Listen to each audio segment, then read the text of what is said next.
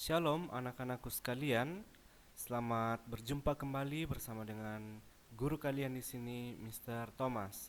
Bapak sangat berharap kalian semua dalam keadaan yang sehat walafiat dan penuh dengan sukacita untuk melanjutkan pembelajaran kita hari ini.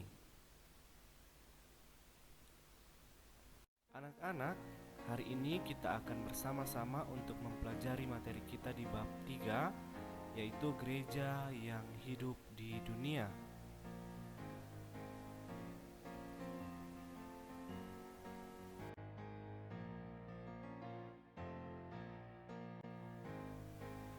Namun sebelumnya itu, marilah kita berdoa. Tuhan yang kami sembah dalam nama Tuhan Yesus, kami mengucap syukur untuk kesempatan yang Tuhan selalu karuniakan kepada kami, masih boleh menikmati napas hidup. Dan hari ini secara khusus ya Tuhan, kami dipertemukan dalam pembelajaran kami hari ini melalui pendalaman materi di bab 3, yaitu gereja yang hidup di dunia. Tolong kami ya Tuhan untuk memahami akan firman yang Engkau sampaikan melalui materi hari ini. Berkati anak-anakmu yang juga belajar melalui video pembelajaran ini. Di dalam nama Tuhan Yesus kami sudah berdoa dan mengucap syukur. Amin.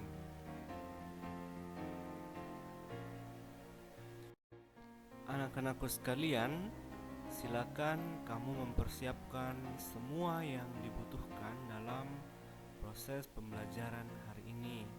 Siapkan dengan baik alat-alat tulisnya, kemudian juga Alkitabnya jangan lupa ya. Gereja yang hidup di dunia. Nah, coba anak-anak, coba kamu mengamati kedua gambar yang ada di hadapan kamu. Gambar yang di sebelah kiri merupakan sekumpulan orang-orang percaya yang sedang beribadah di dalam gedung gereja. Sementara itu, gambar di sebelah kanan nampaknya adalah sekelompok anak muda atau pemuda-pemudi gereja yang mungkin sedang melakukan kegiatan di luar dari gedung gereja. Ya, bisa saja mereka sedang melakukan outbound.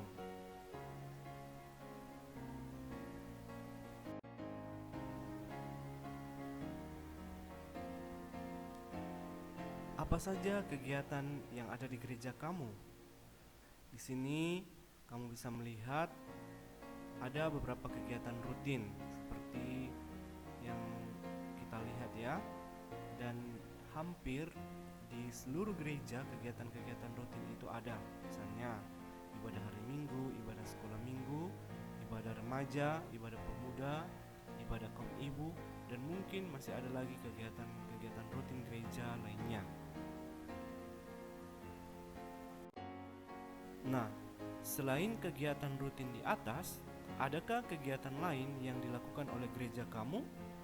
Kamu boleh mempause dulu video ini dan silakan kamu daftarkan kegiatan-kegiatan yang lain yang juga dilakukan atau diprogramkan di gereja kamu di luar dari kegiatan rutin seperti yang sudah kamu lihat sebelumnya ya.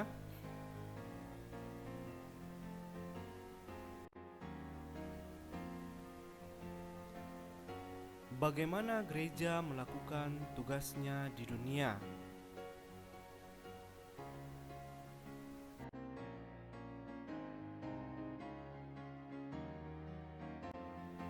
Anak-anak, di sini Bapak sudah menyiapkan beberapa kata kunci atau petunjuk bagi kamu yang akan menolong kamu untuk bisa memahami dan juga menemukan jawaban bagaimana gereja melakukan tugasnya di dunia.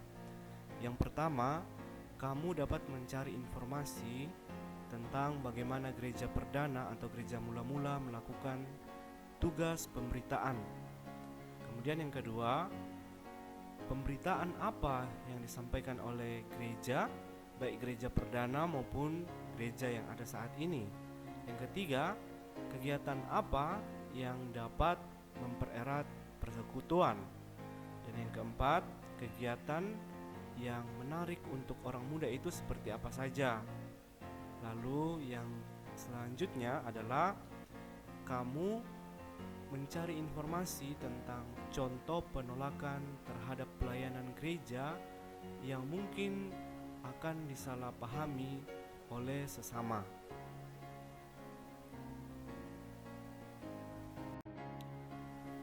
Baik anak-anak, sekarang Bapak akan menjelaskan beberapa hal untuk membantu kamu lebih mendalami materi hari ini. Yang pertama, mari kita melihat tentang 3 tugas panggilan gereja. Seperti yang kalian tahu, koinonia, marturia, dan diakonia merupakan 3 tugas panggilan gereja. Koinonia merupakan tugas panggilan gereja yang merupakan persekutuan atau adanya kebersamaan pada orang-orang yang beriman. Sementara marturia ini merupakan tugas panggilan gereja yang berbentuk kesaksian. Maka dari itu, kita harus bisa memberikan kesaksian mengenai peran dari Kristus yang ada pada hidup kita. Kesaksian juga merupakan keterbukaan gereja terhadap realita kehidupan. Dan diakonia adalah tugas panggilan gereja yang merupakan pelayanan. Pelayanan ini adalah pengorbanan waktu dan tenaga yang kita berikan demi kemuliaan nama Tuhan. Selain itu, pelayanan ini juga harus kita jalankan dengan cara memberikan bantuan kepada orang yang berada di sekitar kita atau menolong orang-orang yang lemah dan membutuhkan. Nah, perlu kita mengingat bahwa gereja itu ada di dalam dunia, sehingga gereja juga harus memenangkan dunia, bukan menjadi sama seperti dunia. Sebagaimana dalam kitab Roma pasal 12 ayat 2 dikatakan, janganlah kamu serupa dengan dunia ini. Tugas gereja untuk memberitakan. Dalam Kisah Para Rasul pasal 2 digambarkan bahwa pada hari Pentakosta yang pertama 3.000 orang mengaku percaya dan dibaptiskan. Semua ini dimulai ketika Petrus memberitakan tentang Yesus yang bangkit kepada orang banyak yang ada di Yerusalem. Dalam Kisah Rasul 2 ayat 14 dikatakan, maka bangkitlah Petrus berdiri dengan ke-11 rasul itu, dan dengan suara nyaring ia berkata kepada mereka, hai kamu orang Yahudi dan kamu semua yang tinggal di Yerusalem, ketahuilah dan camkanlah perkataanku ini. Nah, lalu bagaimana tugas gereja untuk memberitakan? Di kemudian hari kita sering sekali menemukan pemberitaan seperti ini. Bahkan kehidupan persekutuan orang Kristen selalu ditandai oleh pemberitaan. Pemberitaan dalam bahasa Yunani itu disebut keruma atau khotbah yang disampaikan oleh orang-orang yang diberikan wewenang khusus untuk melakukannya, seperti pendeta, guru Injil, penginjil, atau penatua. Di dalam Kisah Rasul 2 ayat 14 kita melihat bahwa Petrus memberitakan tentang siapa Yesus itu dan apa makna kehidupan, kematian, dan kebangkitannya. Jadi anak-anak, inti dari pemberitaan yang dilakukan oleh gereja mula-mula yaitu memberitakan tentang Yesus, mulai dari kehidupannya, kematian, dan juga tentang kebangkitannya. Di dalam kebaktian-kebaktian sekarang, mungkin kita juga mendengar berbagai pemberitaan yang lain. Misalnya, khotbah yang berisi penghiburan untuk jemaat yang sedang berduka cita, atau pengajaran tentang bagaimana menjalani kehidupan sebagai orang Kristen, atau juga tentang tanggung jawab orang Kristen dalam kehidupan di masyarakat dan bagaimana menjalin hubungan dengan orang-orang lain yang berbeda keyakinan dengan kita. Nah, mari kita lanjutkan untuk belajar dari jemaat mula-mula. Jemaat Kristen mula-mula menata peribadahan mereka sesuai dengan tata ibadah orang Yahudi yang disebut liturgi. Liturgi ini diartikan sebagai pelayanan, kurban, dan doa kepada Tuhan. Persembahan untuk menolong orang-orang miskin juga bisa merupakan arti dari liturgi. Untuk lebih jelasnya, mari kita lihat dalam Kisah Para Rasul 2 ayat 44 sampai dengan 47. Dan semua orang yang telah menjadi percaya tetap bersatu, dan segala kepunyaan mereka adalah kepunyaan bersama. Dan selalu ada dari mereka yang menjual harta miliknya, lalu membagi-bagikannya kepada semua orang sesuai dengan keperluan masing-masing. Dengan bertekun dan dengan sehati, mereka berkumpul tiap-tiap hari dalam bait Allah. Mereka memecahkan roti di rumah masing-masing secara bergiliran dan makan bersama-sama dengan gembira dan dengan tulus hati, sambil memuji Allah. Dan mereka disukai semua orang, dan tiap-tiap hari Tuhan menambah jumlah mereka dengan orang yang diselamatkan. Jadi kita dapat melihat anak-anak bahwa kehidupan persekutuan dari gereja mula-mula itu mempraktekkan tentang kehidupan bersama yang diwarnai dengan adanya kesediaan dari semua anggota untuk memberikan apa yang mereka mampu untuk bagikan kepada orang-orang yang membutuhkan.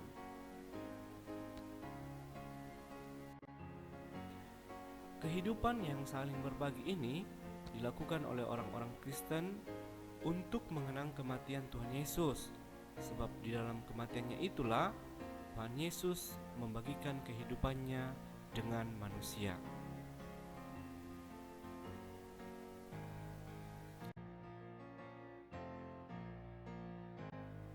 Mereka juga tidak egois, melainkan membagi-bagikan harta mereka kepada semua orang dan hidup dengan secukupnya, sehingga setiap orang dapat hidup dengan kecukupan. Mereka juga tidak membeda-bedakan karena semua sama di hadapan Tuhan. Jadi, yang sangat luar biasa adalah gereja Tuhan, gereja mula-mula itu tidak membeda-bedakan. Ini juga menjadi pelajaran yang sangat berharga untuk kita, supaya kita jangan membeda-bedakan orang sesuai dengan apa yang kita lihat pada orang itu. Kamu sebagai anak Tuhan sangat-sangat diharapkan untuk memperlakukan semua orang dengan penuh kasih dan cinta. Jangan sekali-sekali kamu membeda-bedakan orang lain, mungkin karena mereka tidak memiliki apa-apa, dan kamu mencoba untuk tidak menghargai mereka. Tentu itu adalah tindakan yang tidak berkenan kepada Tuhan. Nah, bagaimana dengan pengalaman kamu sendiri dengan gerejamu? Apakah kamu merasakan bahwa gereja kamu mencerminkan persekutuan yang digambarkan oleh Rasul Paulus? Persekutuan yang telah meruntuhkan sekat-sekat pemisah antara orang-orang di dalamnya?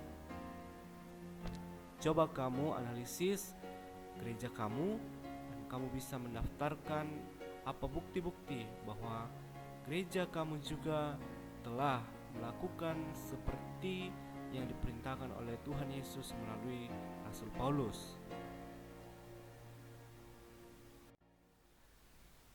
Baik anak-anak, sekarang kita tiba pada evaluasi.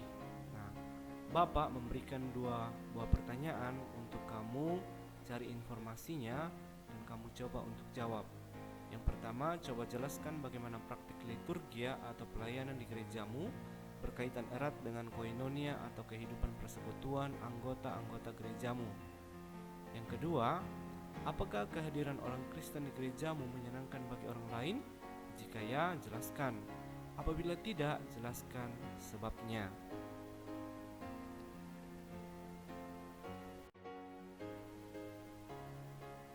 Anak-anak, tidak terasa kita sudah sampai di sesi yang terakhir, yaitu bagian penutup dari pelajaran kita hari ini. Di bagian ini Bapak berharap kalian membuat resume atau mencatat poin-poin penting dari materi pelajaran hari ini.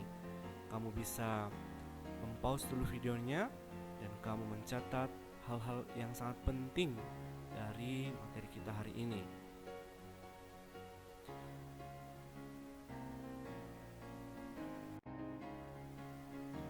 Baiklah anak-anakku sekalian, setelah kita belajar bersama-sama tentang gereja yang hidup di dunia, nah sekarang kamu akan membuat sebuah refleksi yang memuat contoh-contoh tentang pendekatan dan kegiatan yang lebih dapat diterima secara positif oleh masyarakat sekitar.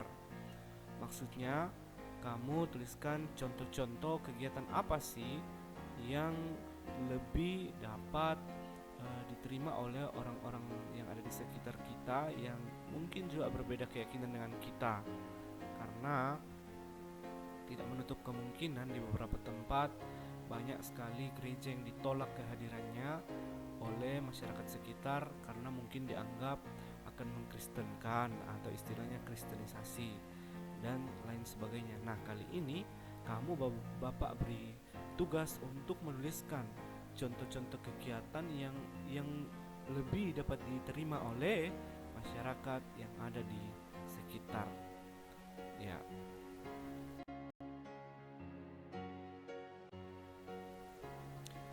Baik anak-anakku sekalian, marilah kita menutup pembelajaran kita dalam doa. Mari kita berdoa. Terima kasih Tuhan, Engkau telah menolong kami untuk belajar hari ini. Kiranya melalui pelajaran kami saat ini, kami semakin menyadari diri kami sebagai gereja untuk melakukan tugas saksi, bersekutu dan melayani melalui kehidupan kami setiap hari, dan Roh Kudus kiranya memampukan kami untuk tetap melakukan kehendak-Mu dalam seluruh kehidupan kami. Dalam nama Tuhan Yesus, kami sudah berdoa dan mengucap syukur. Amin. Terima kasih anak-anak sekalian, sampai jumpa pada pembelajaran selanjutnya. Tuhan Yesus memberkati.